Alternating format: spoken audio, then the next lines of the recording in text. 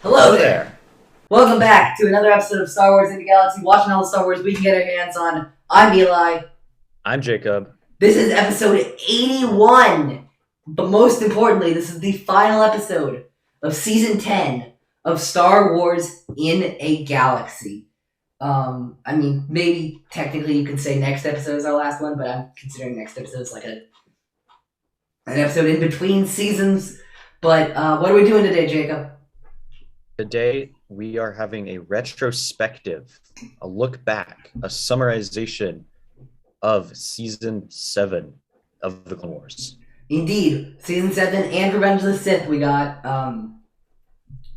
everything we did this season, we're going to be looking back on, and we're going to see what we think of it all.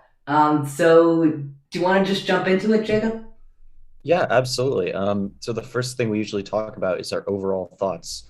So yeah, Eli, you wanna lead us off with your overall thoughts on Season 7 and I guess Revenge of the Sith as well. Yeah. This is some great content. I'm under no illusions that this is not good content. This is great content. There wasn't anything here that I really hated, frankly.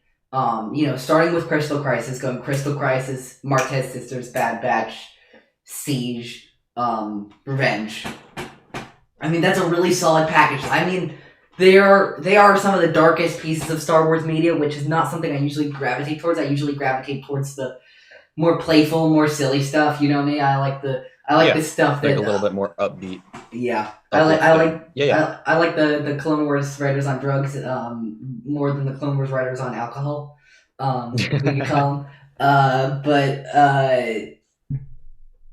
But you can't deny that Shattered hits hard. You can't deny that Victory and Death hits hard. You can't deny absolutely. that the Martez Sisters arc is fantastic in every single way possible. Even Crystal Crisis, which is probably my least favorite arc of all of them.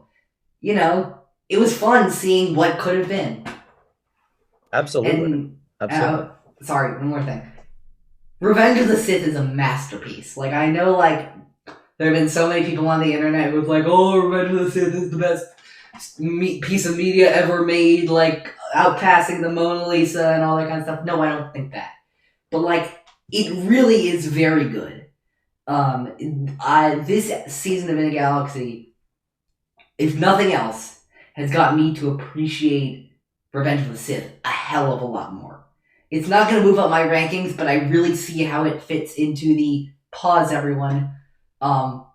Wait before I say this word. Watch this. If I say this word a few more times, all the Diaz will pop out behind me. Fits into the tapestry of Star Wars. I'm baiting now. I'm just fully baiting now. But I Revenge of the Sith is so great, and I love a lot of the messages it provides in there, which I think are often misunderstood by fans, honestly. Yeah, I think I absolutely agree. So my overall thoughts, I really, really enjoyed Season 7. Oh my goodness, it's such a great finale to the Clone Wars. I have to say, this is not some criticism as it is just an observation, but it doesn't really feel like a fully fledged season. Obviously, it's shorter, but just having those 4 big stories with not a ton there to weave them all together, it definitely feels like they're just bundling the stories up so that they can tie up all the loose ends. Nevertheless, it's very enjoyable. The Siege of Mandalore arc, I think, is peak Star Wars. It's some of the finest entertainment you'll find anywhere. So absolutely no complaints. Revenge of the Sith has only grown on me over the years, and it grew on me so much this time. I think not only as a movie, but as the keystone holding together all of the Clone Wars. Watching it, having watched the Clone Wars, watching it in conjunction with the Siege Mandalore arc, it just makes it that much better as well. And when you add in that, it's simply phenomenal. I can't say enough good things about how the experience, how they all how the Clone Wars, the Siege of Mandalore, it all just comes together with Revenge of the Sith to make an absolutely fantastic experience. Absolutely. The culmination of the prequel era, the Order 66 of it all, the Jedi Purge, the Republic turning into the Empire, all of these, they convalesce in this great sort of group of content. I hesitate to use the word tapestry again because I'm going to get sued for copyright infringement by Mr. Alton Diaz, which is fine. We have the legal damages fees down. Anyway, no, but like they all create this really incredible. Like I love when Star Wars medias like overlap and interconnect with each other in the way they do here. Yeah, yeah. This is a prime example of how a piece of media can age so well. Oh yeah. When it's combined with things that come after it. 100%. Do you have anything else, or should we go on to our rankings? Not anything else. Just overall, I'm kind of shocked that we finally made it through all of the Clone Wars. We did it. We did it. I'm quite sad, honestly. I really love the Clone Wars. I think our show, our podcast, and the Clone Wars. I think the Clone Wars really lended itself to the way that we like to do things. Absolutely. And I really feel like it's been almost 2 years, not quite 2 years, almost 2 years though, well over a year and a half that you and me, like we've been immersed in the Clone Wars. Yep. Almost every week, talking about it, discussing it, watching it, reflecting on it, and it's amazing that we've finally reached the end. Absolutely. I remember specifically there was a tweet a while ago from our good friend Alberto at Radio Rebellion who is saying who is recommending our show, and he's like, these guys get the Clone Wars. And I often forget that people started really listening to our show during when we were covering the Clone Wars, like the early covering of the Clone Wars. And people probably don't know us as much else other than the Clone Wars. And I'm so excited. I'm so excited to get beyond that. I'm eternally grateful for the Clone Wars. The journey it's led us on to get where we are now is frankly incredible. We are now going to Star Wars Celebration Anaheim, which is going to be, we're going to release this on probably Tuesday or Wednesday before the convention starts. But we'll be down in Anaheim. Will be our primary goal, at least my primary goal. I don't want to speak for Jacob or anything. My primary goal is to meet up with some of the podcaster friends I've made during this thing, which is honestly a sentence I didn't think I was going to say during January, February of 2020. The Clone Wars has transformed our show, and while I'm completely grateful for it, I'm ready to move on. Yeah, I'm so ready to see what's next. I'm so happy. Yeah, I'm so happy that we've had the Clone Wars. It's made the show. It's made the show what it is. Yeah. So I'm very, very grateful. Yeah, me too. Let's do this. Do you have your ranking? I have my ranking. Go ahead, read yours from bottom to top. Right. In 16th, I have the Bad Batch episode. In 15th, I have On the Wings of Kiradax. In 14th, I have A Distant Echo. And in 13th, I had Unfinished Business. In 12th, I had A Death on Utapau. In 11th, In Search of the Crystal. In 10th, Crystal Crisis. In 9th, The Big Bang. In 8th, Deal No Deal. In 7th, Gone with a Trace. In 6th, The Dangerous Debt. In 5th, Together Again. In 4th place, Old Friends Not Forgotten. My third best episode was The Phantom Apprentice. My second favorite was Victory in Death. And my favorite episode of season 7 of The Clone Wars, Shattered. I think you'll be interesting. I think you'll be shocked and interested in my list. I'm sure I will. Let's hear it. Okay. Number 16, A Death on Utapau. Number 15, Crystal Crisis. Number 14, On the Wings of Kiridax. Number 13, Deal No Deal. Number 12, Unfinished Business. Number 11, Gone with a Trace. Number 10, In Search of the Crystal. Number 9, A Distant Echo. Number 8, The Big Bang. Number 7, The Bad Batch. Number 6, Together Again. Number 5, Old Friends Not Forgotten. Number 4, Dangerous Debt. Number 3, The Phantom Apprentice. Number 2, Shattered. And number 1, Victory and Death. So that's a very, very interesting list. Very different from mine. What a surprise! Philosophies, yeah. What a surprise! Never seen that one. Never seen that one before. Yeah. But I did. If you notice, I did put pretty much all of the episodes kind of together as arcs in my ranking. That's not because I'm trying to be lazy. I genuinely thought that all the episodes just mesh together so well as arcs that it is kind of, from my perspective, it is so difficult to rank them outside of that.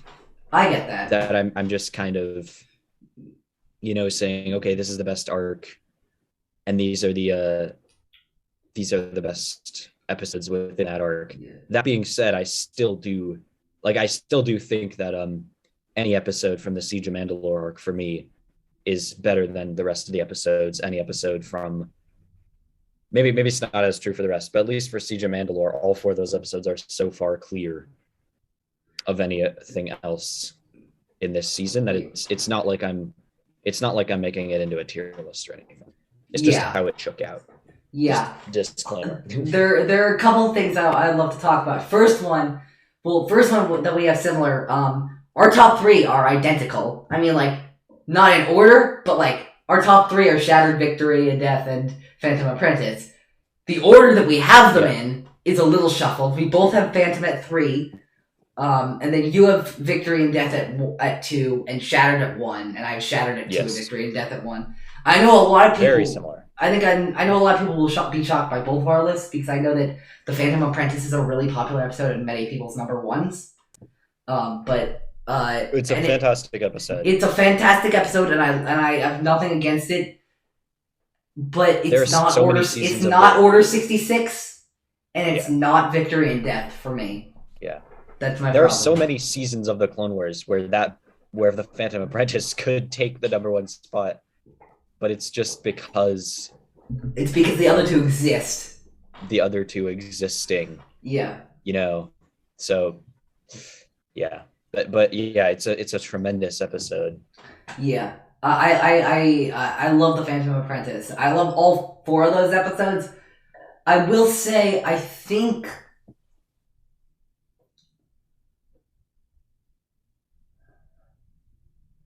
in each time I watch around, I get more and more meaning out of Phantom Apprentice, Shattered, and Victory and Death. I will say this though. I don't feel like I get a lot more meaning out of Old Friends Not Forgotten. Not that it isn't good, but that I don't, discover new things about it every single time. At least for me. I see. Which is why I put the Dangerous Death, the Martez Sisters arc episode above it. Because I do think that episode is genuinely great, and I think there is a lot to be said about that episode, and I think it is a more well-rounded episode in general. Yeah. It's a very. I mean, the problem here is that so many of these episodes are at such a. They're just coming through at such a high level that it's hard to hard to pick, at least for me. So I had a very difficult time. But what other episodes in particular do you want to focus on if we're kind of talking about where our lists are similar or different? Well, speaking of differences, we gotta talk about the Bad Batch. We do, yeah. Last on your list, 7th on mine. Yeah, I mean, what did you like about this that made you put it in the higher part? Frankly, I think this episode is just a lot of fun. I think this episode. I might like if I thought about it, I might actually think Distant Echo might be a little bit better. But whatever. I put it in the order I put it. It's that nostalgia. I remember watching it, and when it came out, and I'm like, holy shit, the Clone Wars is back. It was a Yeah. magical feeling, and that like sweeping nostalgia, and like just the way the shots are framed, and the way the batch is introduced, and Maxie's animation is they're just also great, and I think there's something really classic about this episode. I know there's probably not as much about like on the intellectual level and the deep themes and stuff like that with this episode, but it's just such a fun time. Yeah. And I do think that Bad Batch and A Distant Echo are truly great. I think On the Wings of Kiridax, not so much. Unfinished Business, not so much. But Yeah. that's just my opinion. For me, I think the reason that Bad Batch is at the very bottom for me, and I had a problem with all these episodes for a similar reason, just the way that the characters, the Bad Batch, were introduced, the way that that was handled, it just kind of hamstrung for me the whole thing, just because I think they weren't really given much depth or much development in that time, and obviously they saved that for later for the Bad Batch, but it just kind of, I think it just hamstrung this episode especially, and this arc especially. Yeah, no, I agree. I think there's a lot of like I think we'll see the Bad Batch develop them a lot more as characters, and I hope they continue to do more because even when the Bad Batch develops them as characters, some of them get developed more than others. But we'll see we'll see that later on. Anything else you want to talk about our rankings? Um, Anything else in the rankings? Actually, let's talk about Crystal Crisis. Let's talk about all four All episodes. right, So yeah. you had them from 9 to 12. I had them at 16, 15, 11, and 8, respectively. I have to be honest with you. If you had to make me choose between the Bad Batch and Crystal Crisis, I would choose the Bad Batch. But it Yeah. seems that you would choose Crystal Crisis. Yeah. Walk me through Even that. Despite the absolutely cursed animation, despite everything, I still found it a really interesting story. I would have loved to see it be brought to life in full animation in that way. And I just think as a story, I can clearly see why they chose to leave that one on the cutting room floor and why they chose to move forward with the Bad Batch story. I know I can see all the reasons, continuity with the story, leading into the Siege of Mandalore, leading into the Bad Batch, the show. But even so, I quite frankly liked it better. I just like Crystal Crisis better as a story. I thought it was a little bit more tight. I thought it just, to me, it was more appealing. It made more sense. It felt more accessible. I didn't feel the same problems of it being very cliched, or kind of trying to take on too much. So that's why I liked it better. Yeah, I don't think my problem with it was it being cliche. I think it felt a little janky for me. I think it felt a little bit like disjointed, honestly. Yeah. But like It definitely felt like unfinished product for sure. yeah, and I don't mean that with the animation. I mean with the story. But Yeah. but I did like it. I think The Big Bang is genuinely a good episode. And I liked In Search of the Crystal as well. Should we, before we move on, should we talk about the two big guns at the top? Let's do it. Let's talk about Victory and Death versus Shattered. Or 1-2 for me and 2-1 for you. Why Shattered over Victory and Death? Obviously I think they're both phenomenal episodes. I easily could have put Victory and Death as number one. It was almost a toss up for me, for starters. So it's not that I have incredibly strong feelings one way or the other.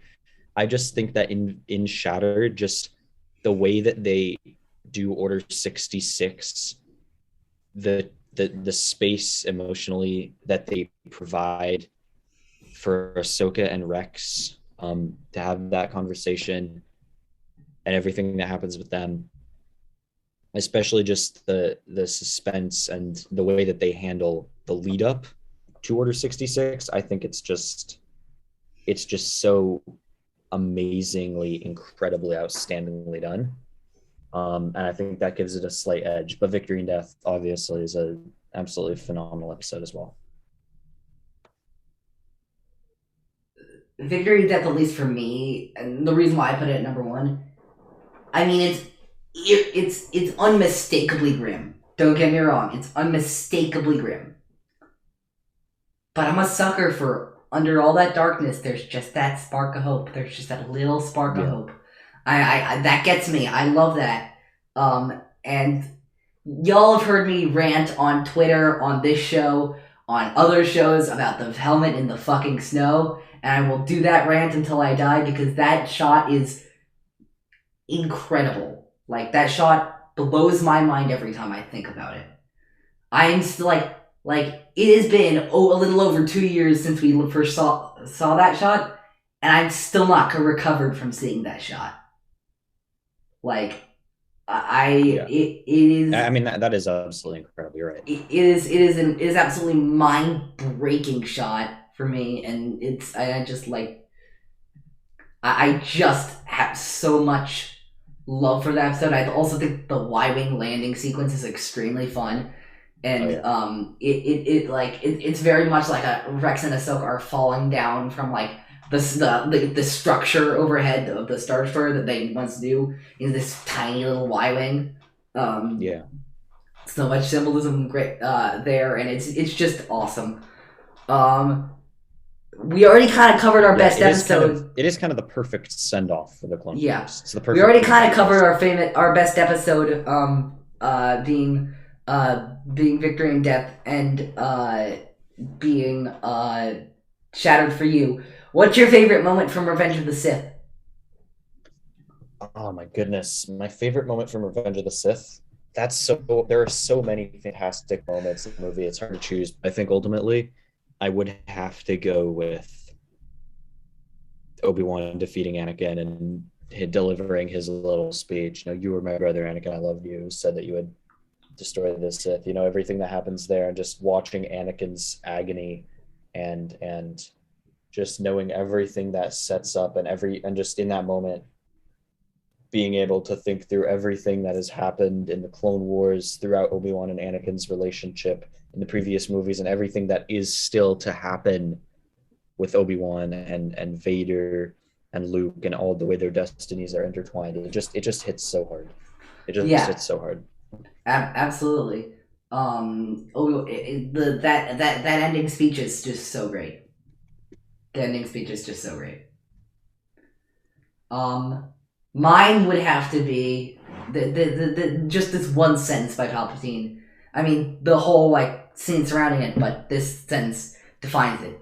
Henceforth, the Republic will be reorganized into the first galactic empire to ensure a safe and secure society. The political messaging we got around that, democracies democracies aren't overthrown. They're given away, with all of the comparisons we made to various U.S. and other international dictatorships and fascist regimes over the years. It hits me in a new light now. It really gets me, and it's really prescient to this time period that we're living in, with the rise of a lot of authoritarian tendencies in this country, and I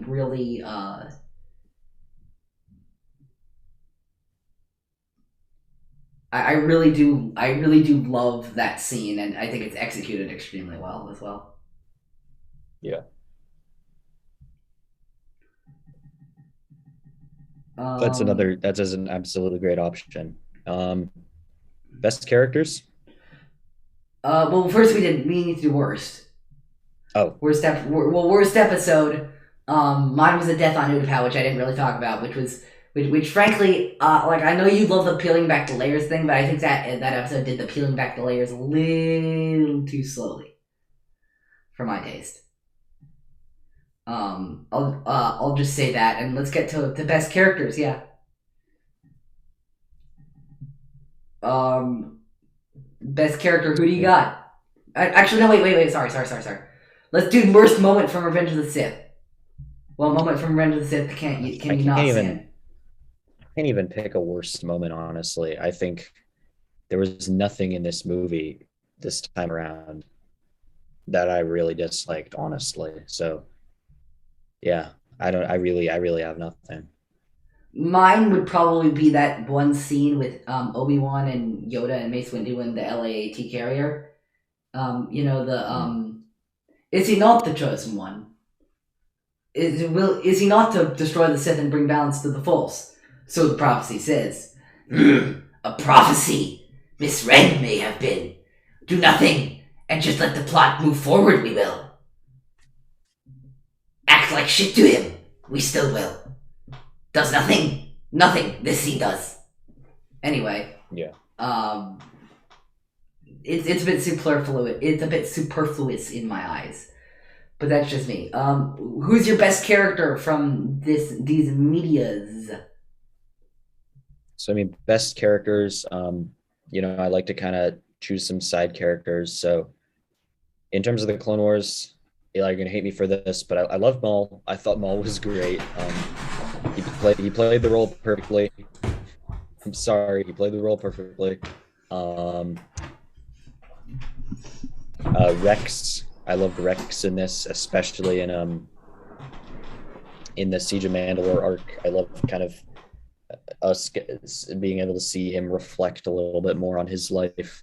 Those are my picks, and then, man, for Under the Sith, I don't really know who I'd pick. Maybe Bail Organa. He seems like such a nice presence. He was great. Bill's great. The Jedi and obviously, Jimmy Smith is a goat. Yeah, just knowing what he becomes, having read the Leia novel, just being able to see him there it feels so meaningful with that context. Absolutely. Mine, I tend to do more main characters and stuff like that. I couldn't not award it to Anakin, frankly. Anakin's journey through both the Clone Wars and Revenge of the Sith, obviously, I think is incredibly well executed in this time period, and I think he has... I think that I've had some decent gripes with Anakin's execution in early Clone Wars and in episodes 1 and 2, but I think they really nail it here in later Clone Wars and 3. I think they really capture what he's struggling with, what's been put on him, how he excels, how he fails, who he is as a person. I think it's really great, and I think there's not a better character study of Anakin than Season 7 combined with Revenge of the Sith. Yeah. Worst character. Who'd you put? I gotta say Bo-Katan. Oh yeah. I just don't like Bo-Katan. Okay. So I couldn't stomach Maul for this. I wasn't gonna say Maul because that's a cliche answer, and he's actually quite good in this. Waiting to see how you react to that one. Like I don't like him as a character, but I can't deny the role he plays is good. I picked Dente from the Crystal Crisis arc. Oh yeah. I thought he was quite annoying. I thought he was just one of those I thought he was like just another addition to the pantheon of O.C. Sobex and Rift Hampsons and Nosarais and Gungan's name, Rishlu, and like all those like henchmen who Dooku's like, I better not see you fuck up, and they're like, no, we're not gonna fuck up, and then they fuck up, and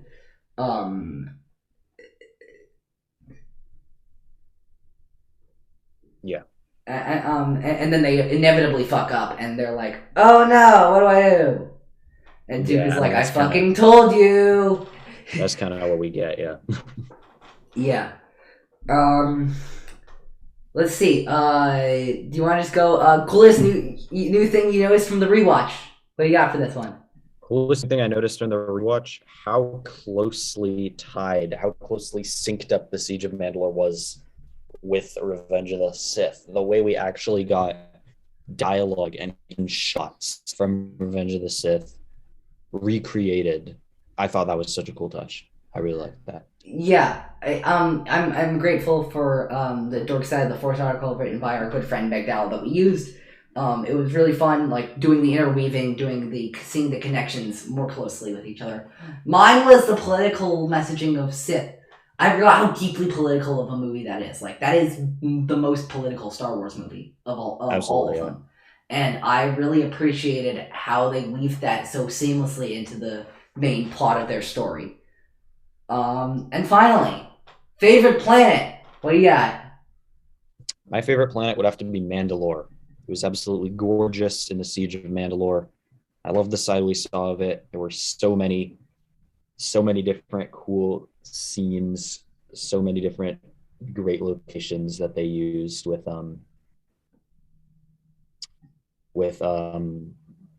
Maul and the duel, with Ahsoka, with running through the underworld, the throne room. There was just a lot to love about that planet.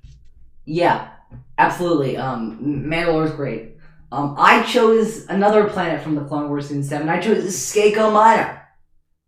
I really love the atmosphere of Skako Minor. I love what takes place there, mostly in A Distant Echo. I think it's great, and I think we should get more stuff on Skako Minor, mostly because Skakoans are fucking great.